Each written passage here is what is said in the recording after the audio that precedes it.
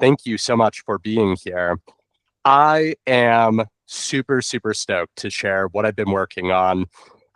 And this has really come from a place of confusion, a place of frustration, and a place of wanting to take all of that, package it up into something really productive so we can help every company out there ultimately adopt and integrate AI into their companies.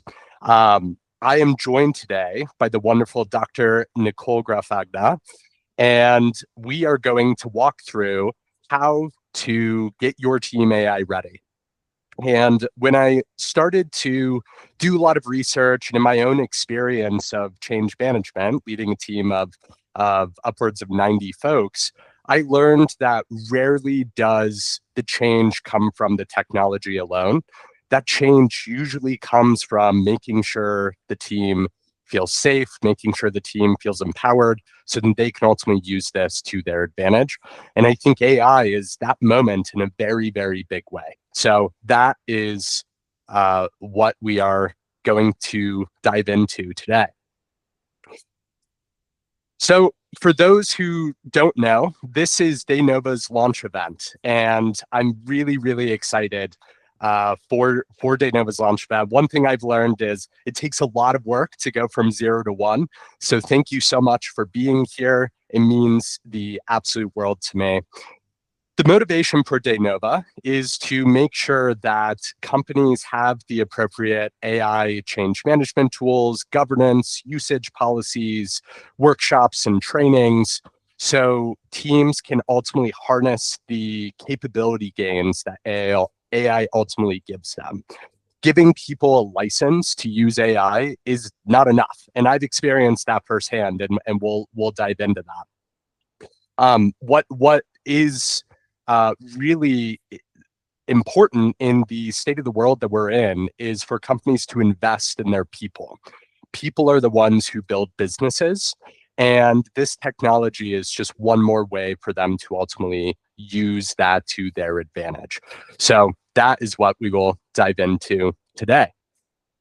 You're going to learn why AI adoption fails and the brain science behind it, our proprietary NOVA framework, and the 4 signals that your team is not AI ready. And then I'm even gifting all of you a DayNova diagnostic that takes about 10 minutes, and you'll be able to complete that by Friday to see where you are as an individual, as well as how you can integrate this into your team.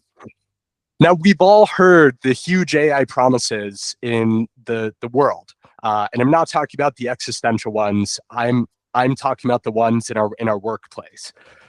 We've heard that AI can help the sales team with RFP analysis, can help marketing with landing page launches, can help the data science team with conversational databases, and finance with PO matching, and operations with creating a knowledge system, and ultimately company leadership with benchmarking.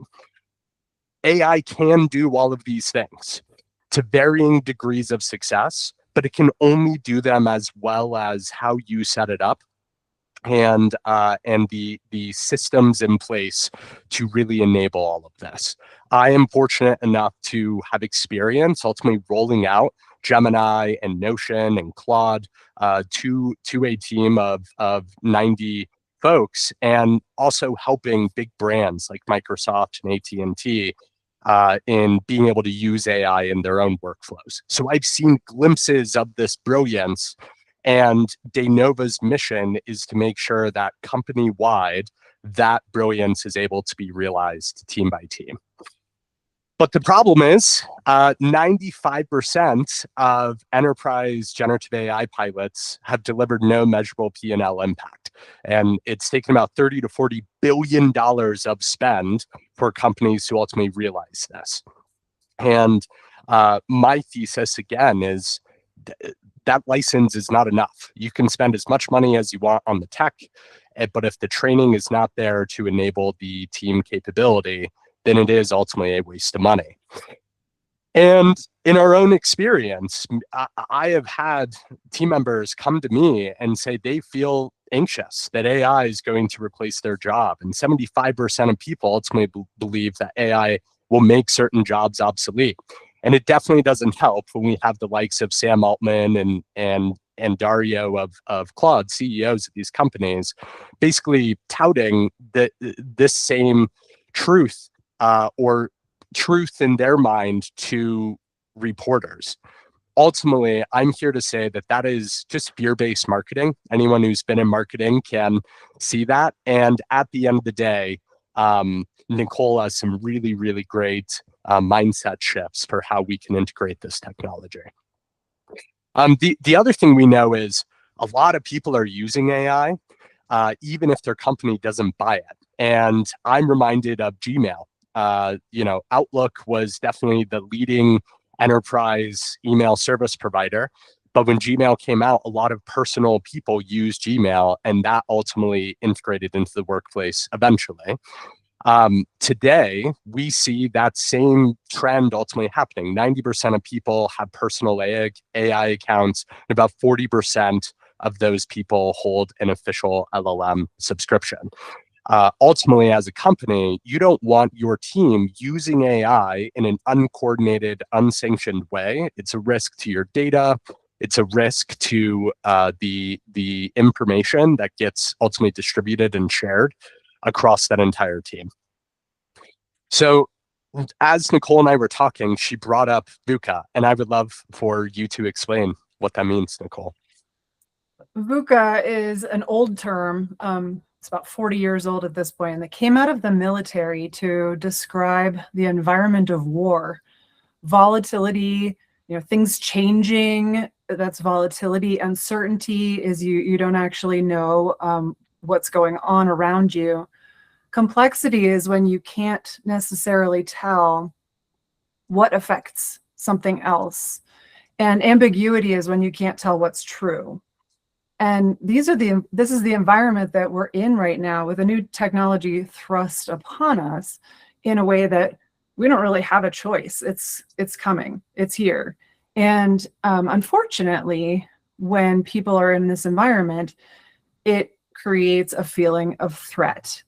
It creates a feeling of wartime. And we have absolutely no suggestions here that you need to train your people to be able to handle a war environment.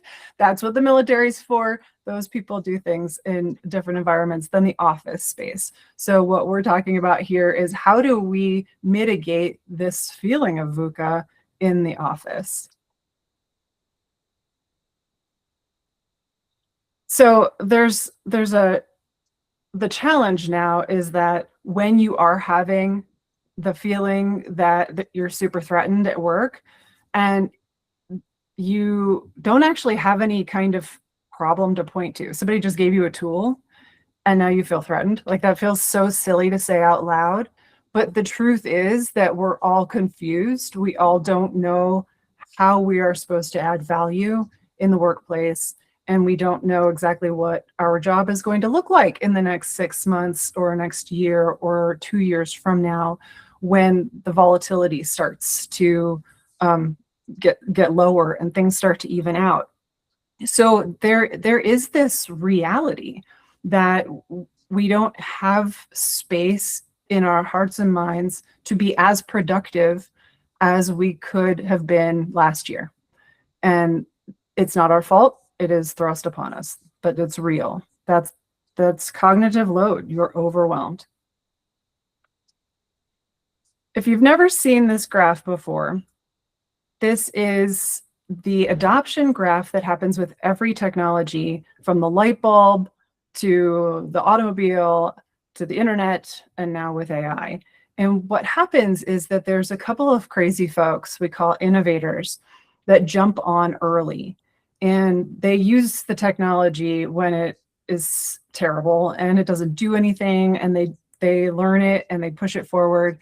And then the early adopters are generally the second in, and they start using it before the majority of people, but they are still a little tiny bit crazy. And then the early majority is when now half of people are using this technology, and they start to use it in a really mundane, routine way, and it starts to become part of their lives. We are in the late majority. This is like the early stuff is past. We are now at the other half of this graph. And for the folks who are choosing not to use AI, those people are going to start to become very conspicuous because AI is part of our search engines, it's in our phones, it's everywhere. Whether or not you like it, to avoid it, you're going to have to become like an AI vegan or something, and like purposefully avoid it. So it's going to become a conspicuous choice. Yeah, and that's such a great point, that AI has been around for literally decades at this point. And I think a lot of people miss that reality. AI has just been in the background. Machine learning, all of those use cases have been used in data and search engines and algorithms and social media feeds for a very, very long time. And Anthropic put out this report in 2025, basically showing what the observed AI coverage was then and what the theoretical AI coverage is for various industries.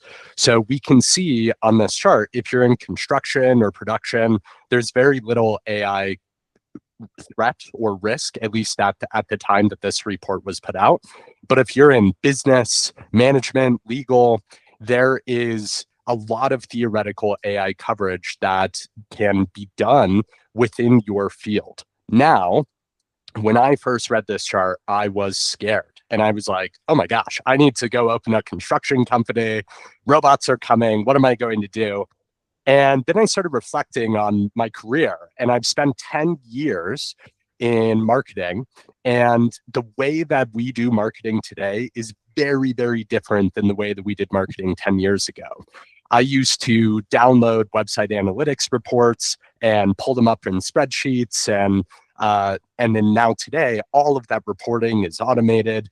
All of that reporting I'm able to have conversations with, but it doesn't mean that my job doesn't matter. It just means that the individual tasks to do that job have been upleveled and scaled. Can you go back, Travis, to that graph? Yeah. I never want to throw a graph on the screen without talking it through just a little bit. Okay, so what are we looking at here? Yeah, so this was Anthropic's own research. The orange lines that you can see for each of the industries in the circle, the orange lines are the observed AI coverage, meaning AI can help support about that percentage of the work that is within that field. The blue line is the theoretical coverage that Anthropic believes AI could cover with advancement in reasoning and models. Oh, so we haven't really gone that far, have we? No.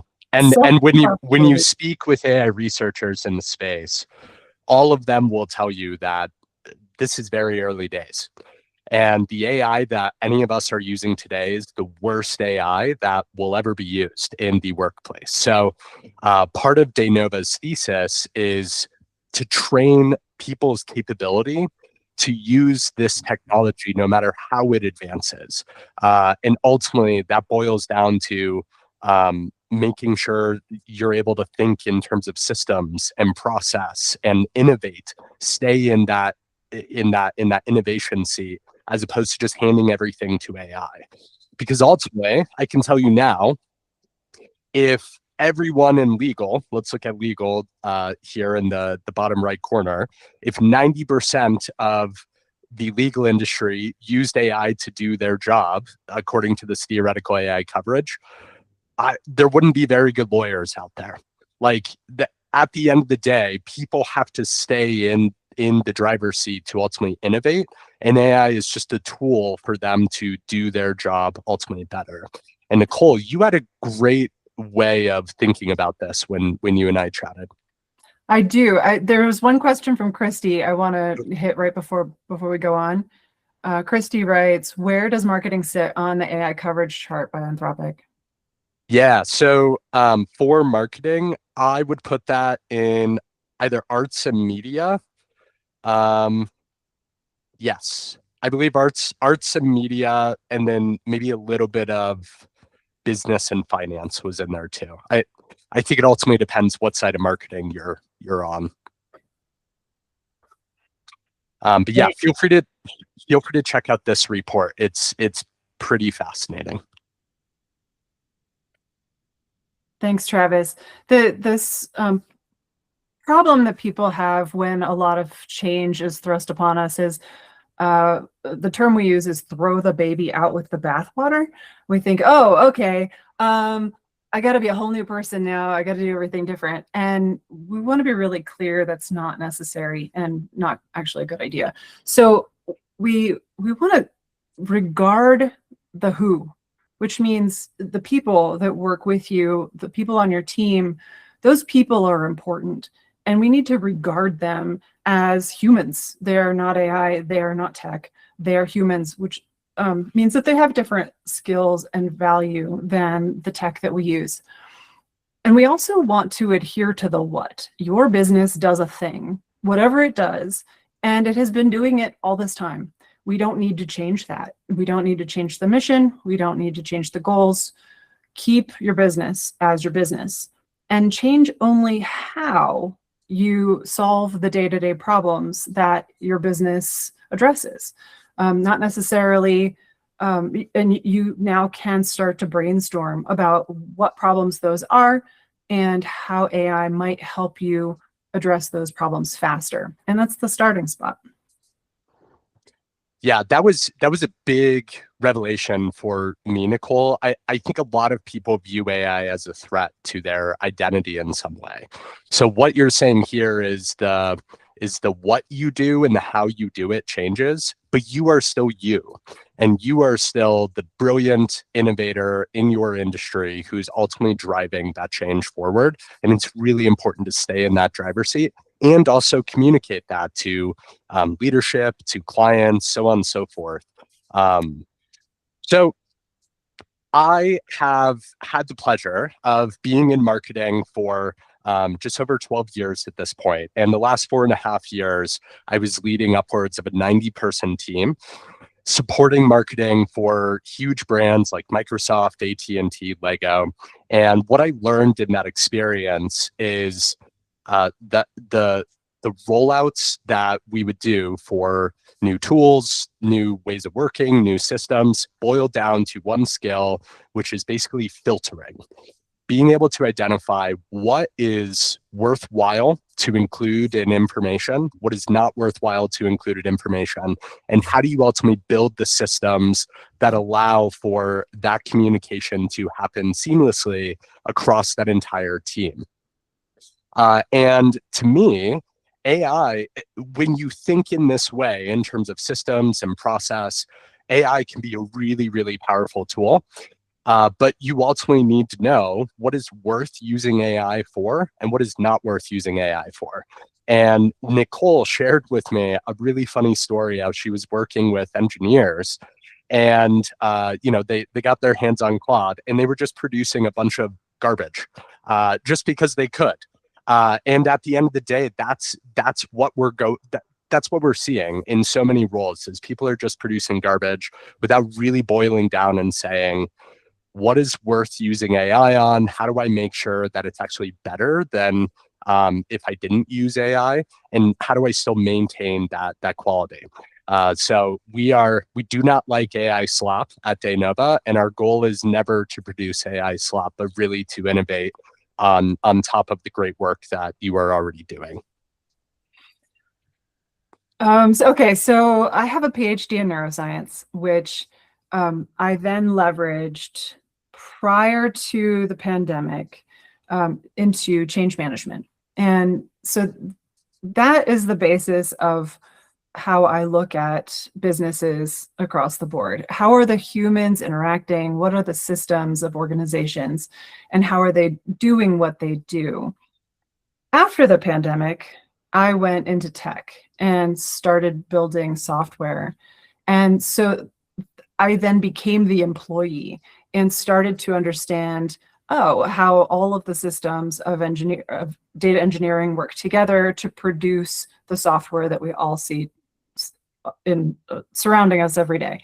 And those things together, the neuroscience, the change management, my product management and software building, have given me a really interesting seat at the table to see where it is that we're going and how we can use both neuroscience and an understanding of humans and the understanding of how we build software to start building tools for ourselves internally to make our businesses run more efficiently and be able to easily overcome some of the really annoying administrative challenges that business has. And Travis put my book up here, so I just want to say I wrote this book, Mindset Your Manners, 10 years ago, which is about the individual's perspective on changing in their own lives and how one person can, sometimes you run up against something that seems super hard and you just can't make a mind shift to get to the other side of it. And so I wrote that book as an instruction manual for people to get to the other side of really big difficulties. Yeah, and it's a fantastic book for being able to really understand your own perspective, your own identity in the world, being able to see other people's perspective. And I think that's really important in the world of AI right now. We have leaders that are basically saying, hey, just use AI and do your job faster, better, stronger. But then not investing in the tools and resources to really enable that on an organizational level. And all of those stats earlier, all of that money spent, 95% of AI rollouts have led to no profit or loss impact for a business. MIT calls the root of that a learning gap. But based on my experience, and as Nicole and I were speaking, the individual is only one part of it. It's really important to structure this organizationally. At the end of the day, business is messy. If anyone has ever worked, on any team larger than a handful of people, say like 5 to 10, you see that the game of telephone happens a lot. Information not being used seamlessly happens all the time. People, being helpful, but accidentally stepping on each other's toes, that happens all the time. So it is an individual learning gap, but ultimately it's up to the organization to build the systems and enable the training to help individuals solve that learning gap and ultimately have a unique value proposition to move forward. So then they're not just relying on the same diluted AI output that every other company is going to be using. So now I would love for us to take some questions before we go through the NOVA framework. If any of you have questions, feel free to throw them in the chat, or if you're so bold, feel free to come off mute and ask them. And I'll wait about 10 seconds. Then if not, I'll ask some questions for Nicole. Yes, Daniel. Hey, so carbon and sustainability factors into every decision that my company makes, whether it be purchasing fleet vehicles or what sort of real estate we're going to rent in. So I guess what kind of options does a company have when choosing an AI service provider? Yeah, Nicole, I would love for you to take that first. Yeah, so I spoke briefly with somebody who lives in this world. This is sustainability. There's a lot of reporting that has to happen on the decisions that you make with your tech in terms of how it's affecting the sustainability of your business. And it's just another line item was the bottom line of what she was telling me. However, there is a lot more to it that you then start to make these trade-offs between, well, if I would have spent a week making this presentation and now I can do it in 2 hours, that also changes the game in terms of like, what are you spending your time on so that it shifts what productivity you can do in a short period of time. There have not been a great deal of publications so far in terms of how to best document your AI usage in a sustainability documentation, but I suspect they're coming. And so, keep your eyes open for how this is going to fit into the sustainability world and how you should be documenting it for your company. Yeah, just to piggyback on that, I think the very first part of the Nova framework that I'm going to walk through is narrow. So to Nicole's point, being able to really narrow on what is worth using AI and what is not, that's so important when we think about this from a sustainability perspective. Arij had a question in the chat. Are you seeing any trends in terms of what AI tools companies are onboarding but not properly adopting?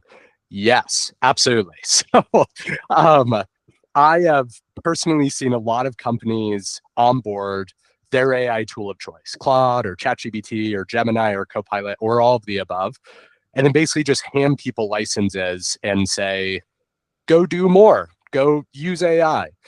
With no proper training, with no proper knowledge system, with no proper education of what information can you put in that system based on the type of license that that company ultimately bought. And those are really, really big questions that deserve an organizational level approach to ultimately have it integrated. Can I add Yeah, to that, Travis? Not to name names or anything, but it does seem like when a company starts with something like Copilot, that it's really a very chat-oriented way to connect with it, then it's hard for that person to see that there are different models behind the AI and so different capabilities. But if somebody starts with something like Claude, it's easy to see the drop down on which Claude model that you're using. Or sometimes there are things like Poe, which is very obviously, there's a huge number of models and companies of AI that you can use when you use something like Poe. So that somebody starting with Poe is going to see, oh, I have a million options. Somebody starting with Copilot is not going to think there's any kind of option at all. And so there are these patterns of where did you start that bias you towards what AI is that we're starting to see. Yeah, totally. That's very true team by team too, right? Like a lot of coders started with Claude. A lot of professional workers started with Copilot or Gemini. And the power is being able to identify what tool is best for which use case. Heather. Yeah, it's less of a question and more of a statement. But my company is extremely AI adoption forward. Like they are in the weeds, they are very into it. But one thing that has been working really, really well has been the psychology, like gamification of it. So they actually have AI stewards. And if you come to the AI steward and you have some ideas about how you want to leverage Glean, so Glean is our AI platform that we use. But they basically give you bonusly points. So they give you rewards for coming to them, utilizing AI, showing how you're implementing it. And if you share it with your teams, they just give you a lot of kudos and great things. So that is something that has worked really well from what I've seen. So definitely recommend that other companies leverage that to increase engagement. Heather, is your company documenting what they're building? So is maybe one team building a small bot that another team could be using? And so there's a documentation and sharing among teams, or not so much yet? So we have streamlined folders in Glean so that you can see what's already in there, and we have everything like categorized properly. So as we're building things, there is still possibility that we're duplicating efforts, but each department has their own steward. So I would say there's less crossover because we all need it for different items. But in marketing, for example, we just have one AI steward that we're all going to. Great. Thanks for sharing. Mm-hmm. Love that. And I love the gamification of it is definitely step one.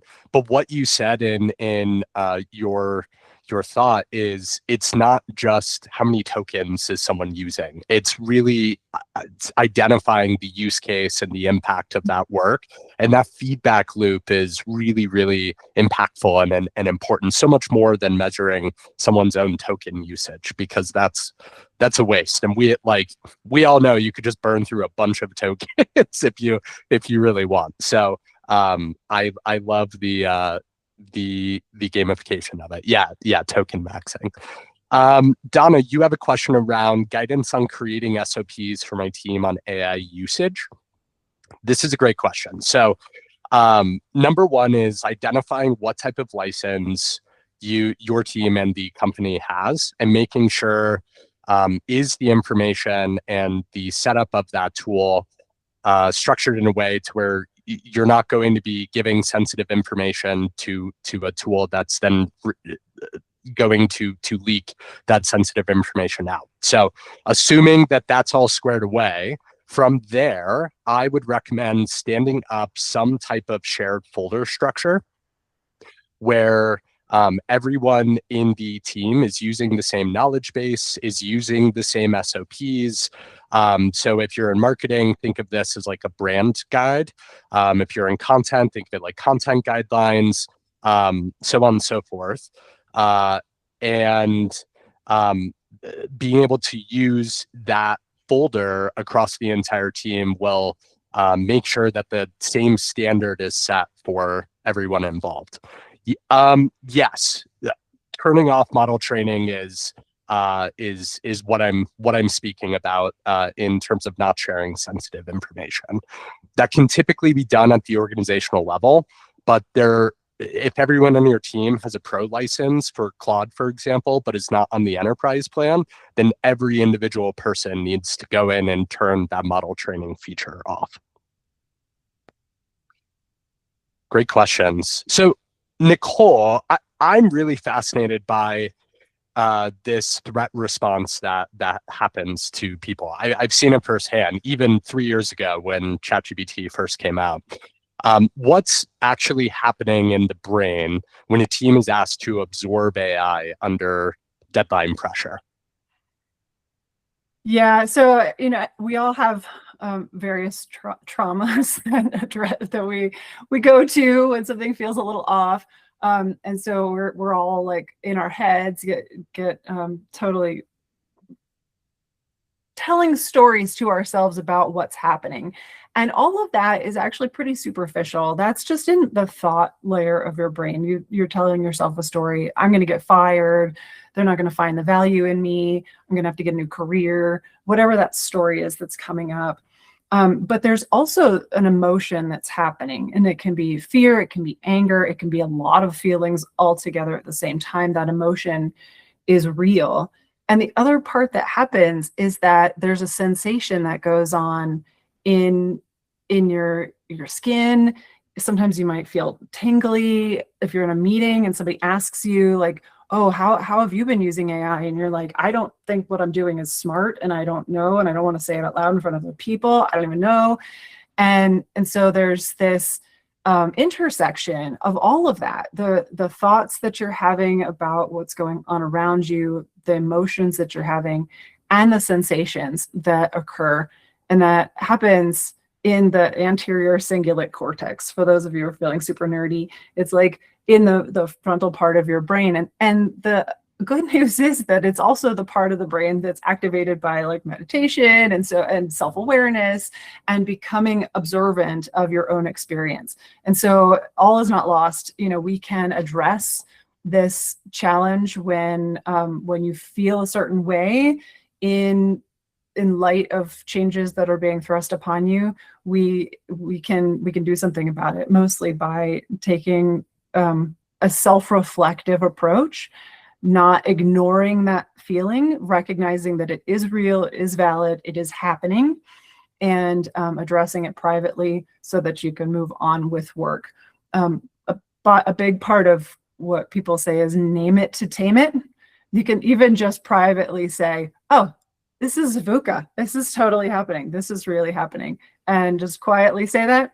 And then it all of a sudden feel a little bit better just because you know what you're experiencing is real. Yeah, I love that you're naming it, and also really being rooted in this is not a threat to your identity. You will still be the same brilliant ex career that you have. At the end of the day, like that's been really helpful for me to tame that threat response. Travis, Oh I have a yeah, question please. for you. Okay. Um, so how do you know when a team is not ready for AI? And how do you Mm. know when a team is ready? Yeah. So going back to business is messy. And a team is not ready for AI if they don't know who to go to for questions. They don't know what good looks like or what bad looks like. They don't know what tools need to be done in order to ultimately complete that task or that job. If any of those are true, AI is going to be very difficult to implement, and you're probably going to end up with AI slop either intentionally or unintentionally because people don't know what good looks like, who to go to for what. So, building those systems as leaders is really how you get people on board to be able to implement AI. Teams that are really great at implementing AI, funny enough, are today usually smaller teams because smaller teams are usually don't have the same struggles of decision rights and information flows and systems and process that larger teams have. That's not to say it can't happen with larger teams. That is to say, larger teams need to put more energy and effort into making sure those systems are in place before they go to implement AI. Nicole, I'm really stuck on this fact that employees use AI in secret. And I think about, like my mom who's creating a bunch of photos on like Facebook's AI and using ChatGPT to ask a bunch of questions. When employees are using AI in secret for work, what does that tell us about the relationship with leadership in that org? I love Travis's mom too. Thanks for that comment. Yeah, so um, gosh, this is a really old study now, but Google did this huge study a decade ago, maybe more, to look at various teams to see which teams, what are the characteristics of productive teams. And they looked at everything. They were looking at the size of the team, the kind of leader that they had, the way that they communicated, the agenda items on them, all of these things. And what they found was the only difference with teams that were extremely productive is that they had psychological safety, which meant they had the feeling that they could say something that was unpopular and nothing bad would happen to them. They could be honest about their feelings, they could be honest about what they were doing, and they wouldn't have a recourse that was negative. And so when we're finding out now that people are secretly using AI, it suggests that there is a new layer of our lives that maybe some of us just haven't talked about. And the teams that have psychological safety, that'll be easy for them to say, hey, I've been doing this thing. Have you been doing this thing? Let's talk about it together. And teams that thought they had psychological safety and maybe don't are probably, it's now showing up. So AI is amplifying the things about our teams and about our work structure that is not great. And so this is another way that AI just puts a mirror up in front of us to say, hey, you guys aren't comfortable talking about new things or hard things with each other.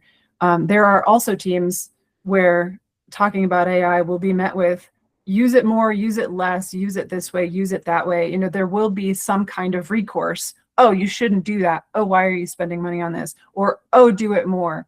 And so this is now just the psychological safety element of our teams and our work cultures showing up in a new way.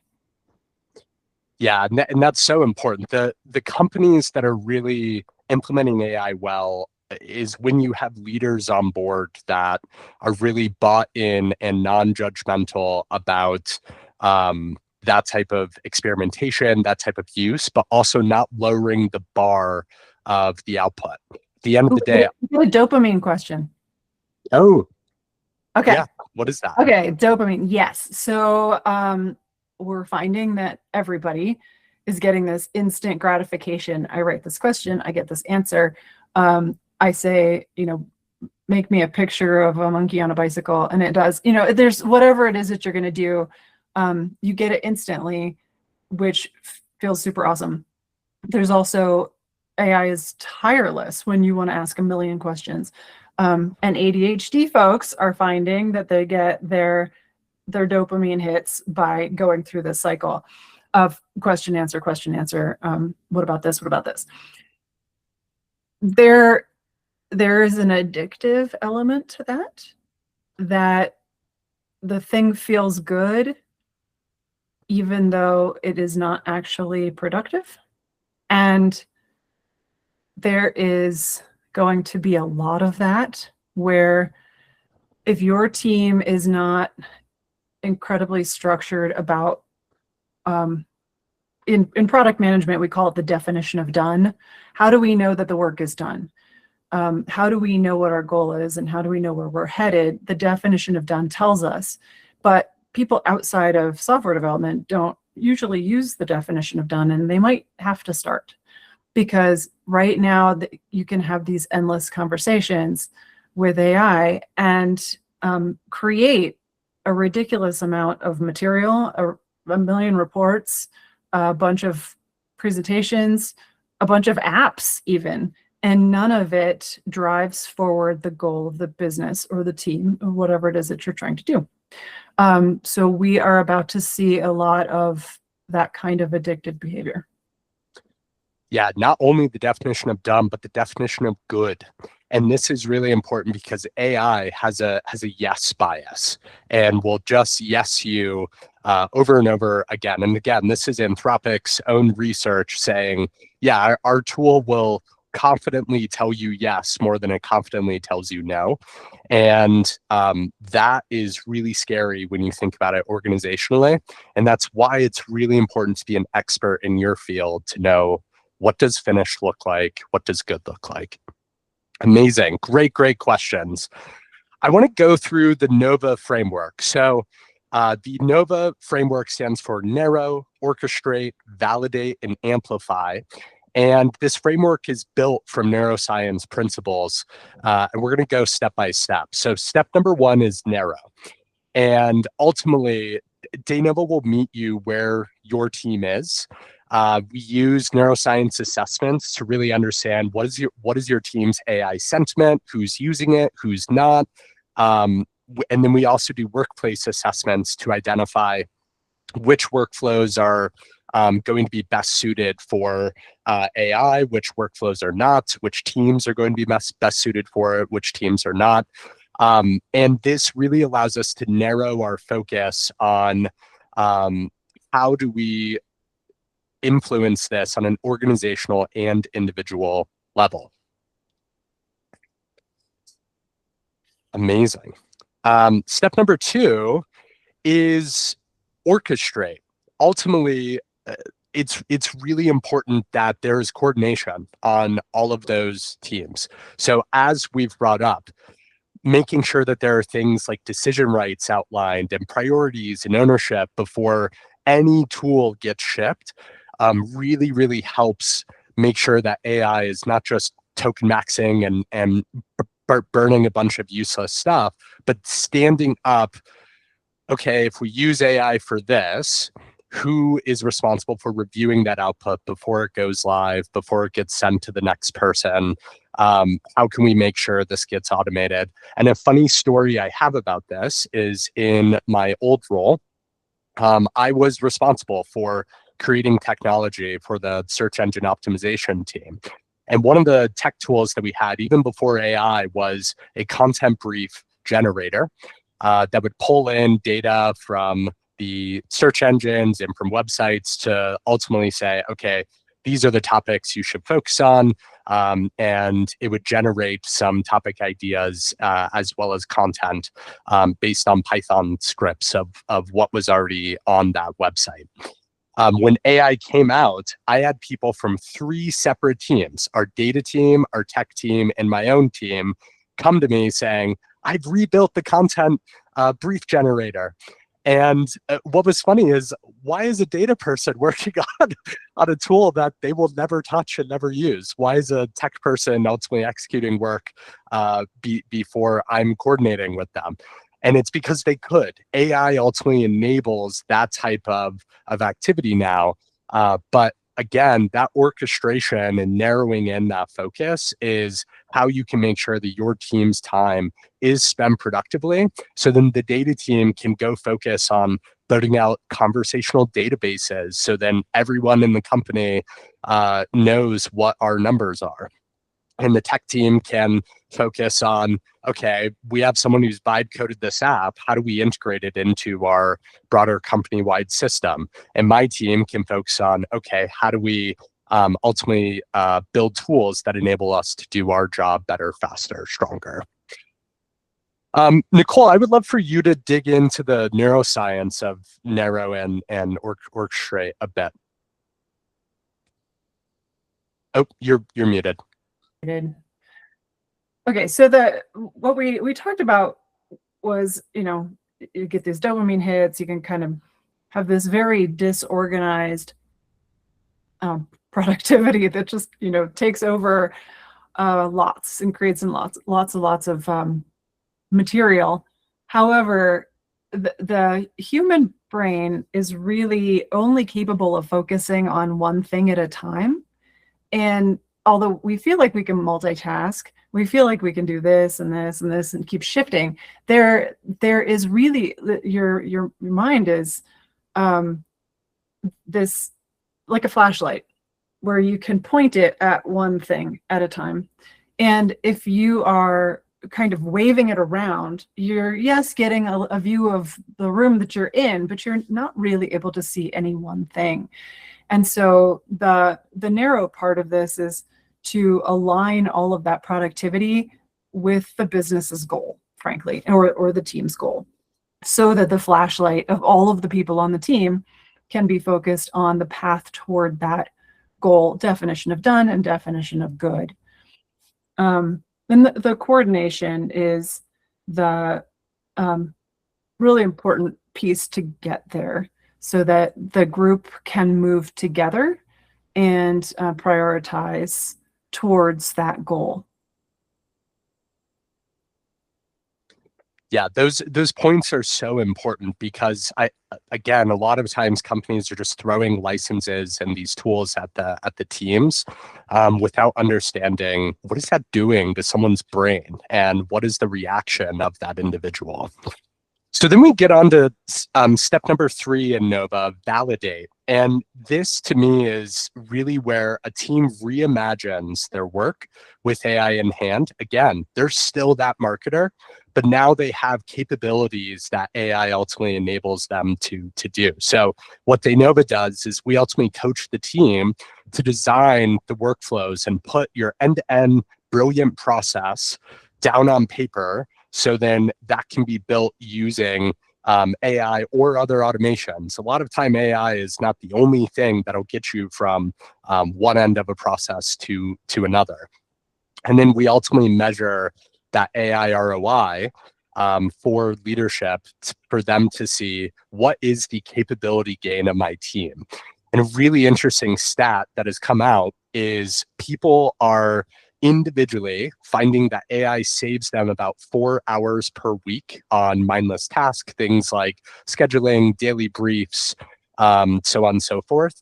And just put this into perspective, that's 5 weeks, 5 work weeks of time. So on a team of 10 people, that's the equivalent of adding 1 extra head to your team. And that is huge. And again, that's without coordination, organization, doing it well. So our goal is really to identify, how do we grow your team's capability so they can do 10%, 20%, 30, 40% more than what they were ultimately doing today, and maintain that same level of greatness and innovation. And then finally, to finish Nova, we have amplify. So that capability ultimately compounds. And when we go through trainings, we're not training, here's the very tactical thing of how to do this in this one tool. It's really systems-based thinking. How do we get you to think about how can I communicate this in a way that's going to be received to the AI? How do I connect data sources and process in a way that is going to be received by the AI? So then no matter how this AI scales, what its capability, what the tool's capability does, you leave with being able to have capability and confidence that you can work with these tools no matter how it comes out. I believe Aaron spoke earlier how, it feels like a new model is coming out every week and it's just exhausting. I agree. And that's why our framework and system is really meant to, regardless of the tool, here is ultimately how you can use it to get the desired output that you want. Nicole, tell us the neuroscience of validate and amplify.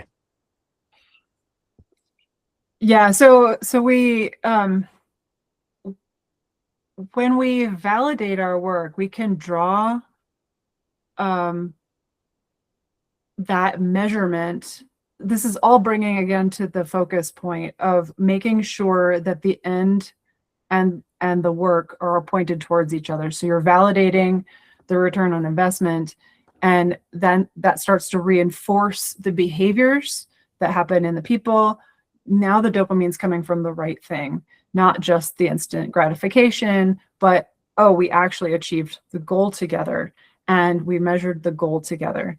And then, amplify is part of that reinforcement. So what we talked about earlier is AI is going to amplify everything about your business, the warts and the bright spots. And so being sure to focus that light beam of attention onto the path that you want to take, the return on investment that you want, the goals that you want, so that you can amplify that productivity and not amplify the chaos that comes from a lot of people being productive in an uncoordinated way.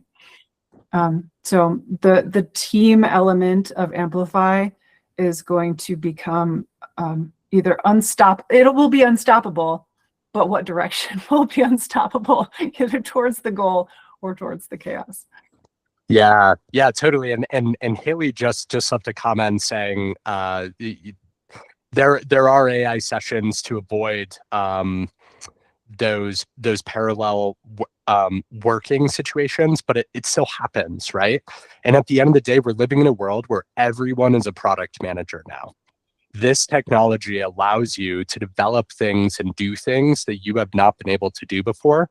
And it's so important to have a product roadmap for every team that is visible to everyone to make sure that those collisions don't happen. So the objective of DayNova is an AI-ready team that has capability that compounds regardless of that tech. And all of you are very lucky because I want to gift all of you the DayNova diagnostic, which it takes about 10 minutes to go through this quiz for your team as an individual. And you can ultimately see how you as an individual score and how your team scores. And that allows you to be a better leader in this space. If you want your entire team to take this, feel free to share it. And Nicole and I would be happy to do a session with your team to walk through those results and roadmap out some ideas of what that could look like. And the end result, when you take this as an example, is you get to see what is my overall score, and then the neuroscience behind it on an individual level. So we are finishing up. Thank you so much from myself and Nicole. I hope all of you really see the experience that we bring to the table and would be more than happy to help any of you. And with a ton of gratitude, Oh, and names are missing from this. I'm so sorry. But thank you to the friends of DayNova who have shared this with their teams, with their clients. Names I had on here were Emma Dell, Lusa, Fran, Marige, Aaron, Jamie Indigo, so many others. Thank you, thank you. If you have any follow-ups, feel free to reach out on LinkedIn or at DayNova.ai, and we would be happy to continue the conversation. That is all we have for the webinar today, but Nicole and I are happy to stick around if anyone has some lingering thoughts or questions that they would like to unpack. Thank you all for coming. Yes, the comments thank you. were great. Everybody's really, the engagement's awesome. And I'm glad that you're excited about neuroscience. When I got this degree, it wasn't cool, but it is now, and I'm pretty excited about it. You've done some really cool things with it, Nicole. You've built and sold a company. You've written a book, done research, worked in product. It's awesome. Yes, we will be sharing a recording to everyone who registered through the Luma. Yes, thank you all. Thank you. Thank you.